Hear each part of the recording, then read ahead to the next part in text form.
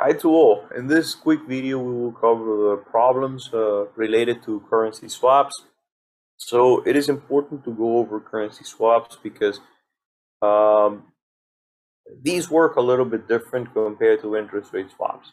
In interest rate swaps, over the life of a swap, first thing is at initiation, there is no money that is being exchanged.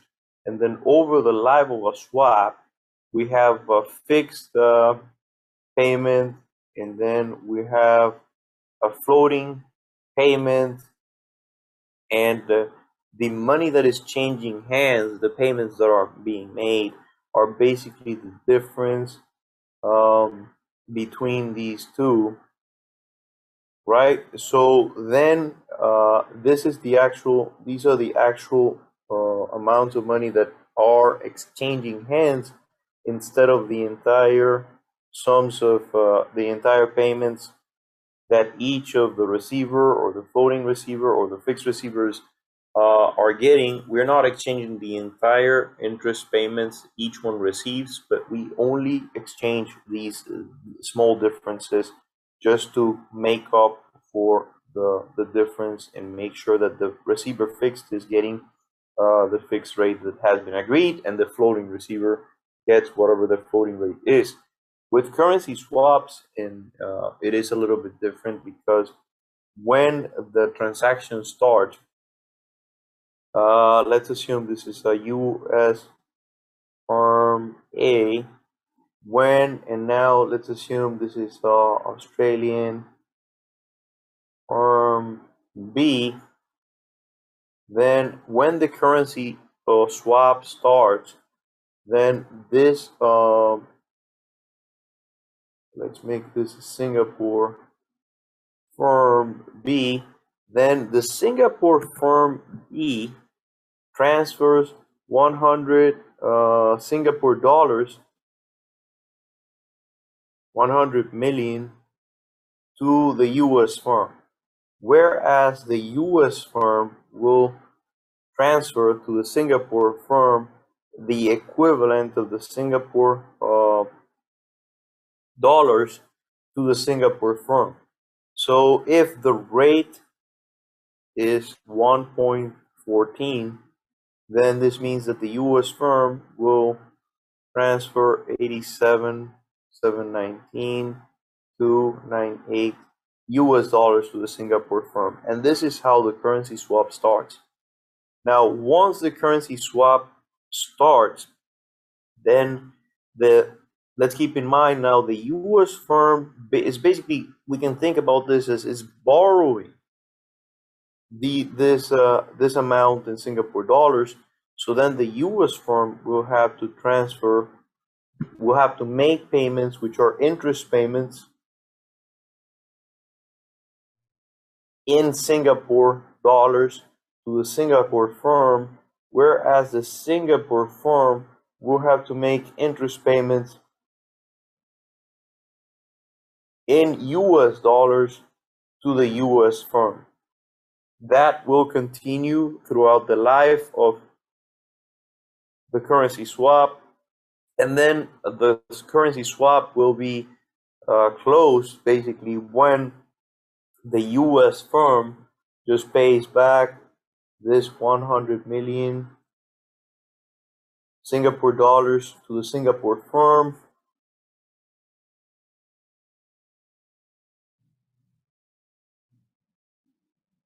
and the Singapore firm in exchange pays back this 87,719.298 to the US. So now the first part of a problem, we already saw it, and it's quite intuitive. Needed amount, or the amounts of respective bonds, face values of respective bonds are 100 million and then 87,719,000, and this is coming from current U.S. rate, Singapore to U.S. dollar rate, exchange rate today. Now, we have two bonds, and we have already calculated the interest rate swap, the price of an interest rate swap. So what we will do now is we will calculate the same thing. We will calculate this fixed rate for each one of for the Singapore bond and the U.S. bond. So we're thinking about this to understand it intuitively as a short position on the Singapore bond, long position on a US bond. So let's look at the price the same way we calculated this price for the interest rate swaps. Okay, this is interesting, right? So the first thing we need is the sum of all the PV factors. Then we need the sum of all the PV factors. And finally, the rate, and I'm going to do this a little bit fast because we have already done it in the interest rate swap calculations, the price of an interest rate swap calculations. So this is going to be 1 minus this terminal present value factor divided by the summation of present value factors, and then we can annualize it. Now these payments are quarterly, so we can simply divide this by 90 divided by 360, or in other words by 0.25. Let's keep 90 divided by 360, and that's annualized. So when we state the price of these swaps, this is the right way of doing it. When for most of the calculations, this is the right number to use. We will see that as we continue. So now, what about the U.S. bond? Well, the U.S. bond is basically 1 minus this terminal present value factor divided by the summation of present value factors. And then we can analyze this by dividing by 90 divided by 360. And there we go. It is not surprising that the interest rates in the US are much lower than the interest rates we are noticing in Singapore, right? So now, what are the quarterly payments? That's the second question. This, we already saw this before, so it is quite straightforward. So in Singapore dollars, I mean, as a matter of fact, we can copy this here and then copy this here. So we saw before that so what happens in the first step, you can go back in the video and watch this. What happens in the first step is that there is 100 million Singapore dollars being transferred to the US firm, and there is 87,719,000 being transferred to the Singapore firm. So then after that, the Singapore firm will make dollar payments to the US firm. What are these dollar payments? Well, it's simply this notional amount in dollar terms multiplied by this quarterly rate. Now, the US firm instead got this 100 million Singapore dollars after the US firm received this foreign currency, Singapore dollars. The US firm will have to make payments quarterly to the Singapore firm. And then this is the amount of these payments are simply the 100 million Singapore dollars multiplied by this fixed rate. Okay, so it is a pretty straightforward arrangement because these rates are fixed over the life of the currency. At this point, let's focus on what the value of a currency swap is. When we look at a currency swap, right, we keep in mind that two things are swapped and two amounts of money in different currencies are swapped, right? So we can think about this in the following way. This is like we're swapping a US bond, and the face value of this US bond is 87.719 million, and we're swapping that. In return, we're receiving the Singapore bond with a face value of 100 million Singapore dollars. So if this exchange is happening between these parties, for this to hold, for this to be possible, these two bonds should be worth the same. Okay, So this 100 million Singapore bonds should be exactly the same as 87.719 million US dollars. And therefore, that means that the values or the prices of these bonds should be same, except of course that we need to multiply this by this exchange rate, which we're going to assume it's 1.14, and this is the exchange rate. So as a time passes by, the exchange rate will change. That's perfectly fine because these two things are still going to be the same. But if there is a change, let's assume on the Singapore bonds interest on Singapore's interest rate, then this value of this bond may go down or it may go up. So if the interest rates in Singapore go up, the price of this bond will go down. If interest rates in Singapore go down, the price of the bond will go up, right? And that will make this not this statement is no longer holding.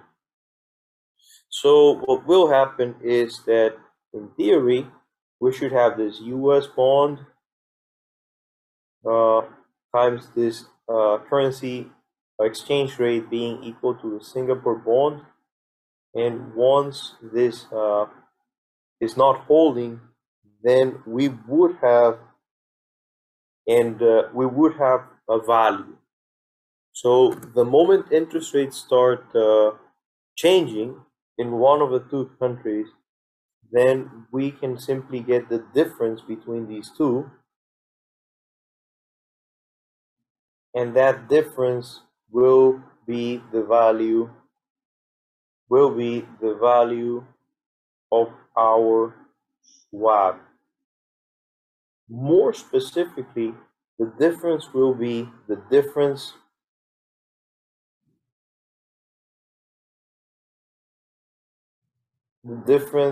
in the payments over the life of the swap, right? Which we can consider in itself as a bond. So we can consider, for example, that we are having this short position on the US bond and we are having a long position on the Singapore bond.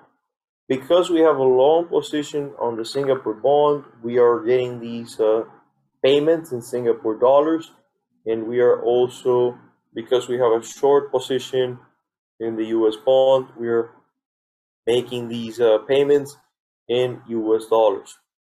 Okay, so now either way, the most important thing is to look at the difference in payments over the life of the swap. Let's look at the numbers now.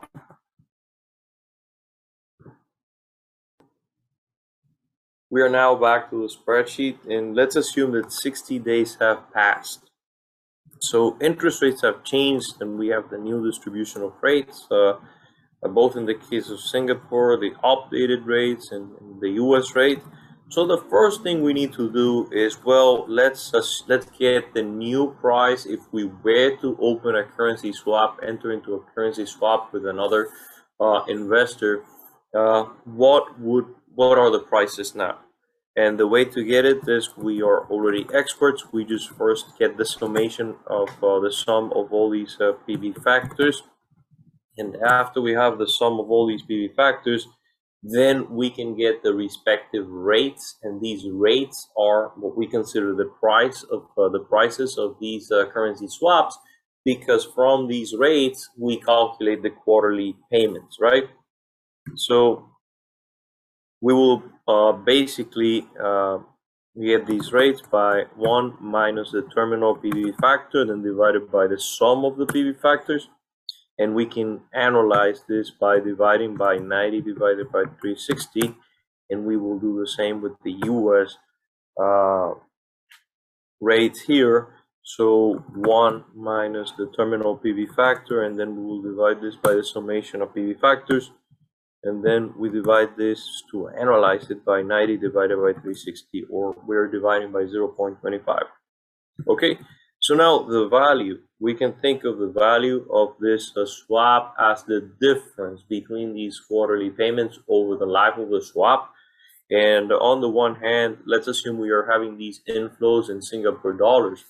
Now, one important thing is that these, how can we get the value? So we were before thinking about these as two bonds, a US bond and a Singapore bond. So how can we get the price, the value of this inflows we're getting, of this payments we're getting in Singapore dollars?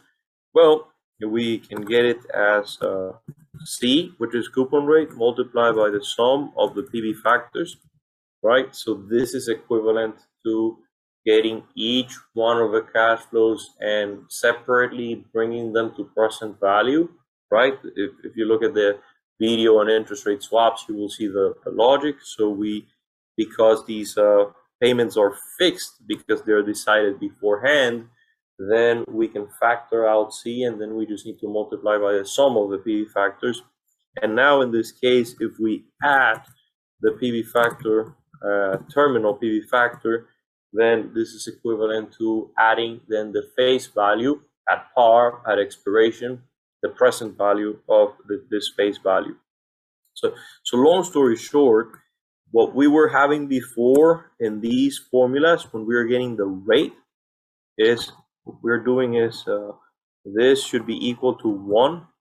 What we were doing before is we were clearing for C. So when we clear for C, we end up with 1 minus PVT, and then divided by sum of PVS, right?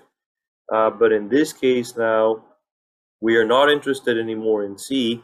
What we are interested in is to get the updated value here. If it's no longer 1, then what is the updated value in this case? And we're going to calculate this here. So why is it going to be different? Well, because basically we have this fixed rate that we calculated before, and that fixed rate, we're going to take it from here. So if we are still under the same currency swap, we will still get 594,332 Singapore dollars. So we need to use this rate, and then we're going to multiply this now by the discounting factors. The only thing is that now the discounting factors have changed, so we multiply them by the new discounting factors, and then we add the discounting factor, the terminal present value factor. And there we go.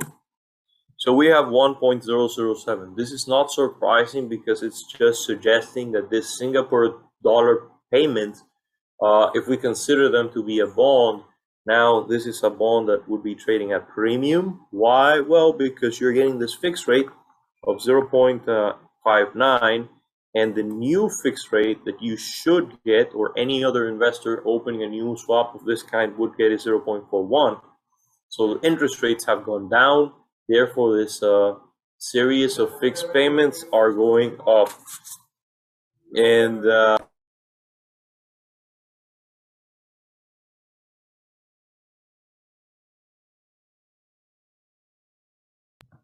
sorry about that. And then what we do is we multiply this by the notional amount, because this is telling us the premium, the value of this bond for each dollar. We're looking at things on a dollar basis just for simplicity. So we can multiply this by the notional amount, which is 100 million Singapore dollars, and we end up with this value of this bond. Now let's assume that the exchange rate also changed, so the exchange rate is now 1.13, just for simplicity. So now we have the first portion of our formula. We have the value, basically the price of this payments in Singapore dollars. And now we're going to get the values of these payments in US dollars, right? And the way to get these payments of US dollars is exactly the same we did. The value of this bond from these payments is exactly the same. We just get this previous rate, which was 0.1247, and we're going to multiply, however, this now by the updated discounting factors, and we're going to add the terminal present value factor as well. So what is it that we're doing? Well, our agreed rate has not changed for our dollar payments. However, the discounting will change because interest rates in the US, the factors are now different. Okay, so finally, now we acknowledge that this is basically telling us that this is trading at a little premium. Then we multiply this by the notional amount, which is this, so we can have an actual amount. So long story short, before we had 100 million Singapore dollars, the Singapore bond was 100 million Singapore dollars, and the US bond was 87,719,000.